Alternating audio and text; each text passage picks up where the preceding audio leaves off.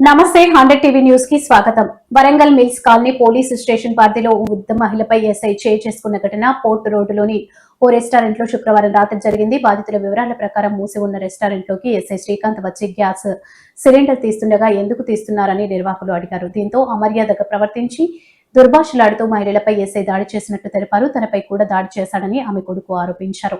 Mills కాలనీలు station లో ఫిర్యాదు ఇచ్చినట్లు పేర్కొన్నారు.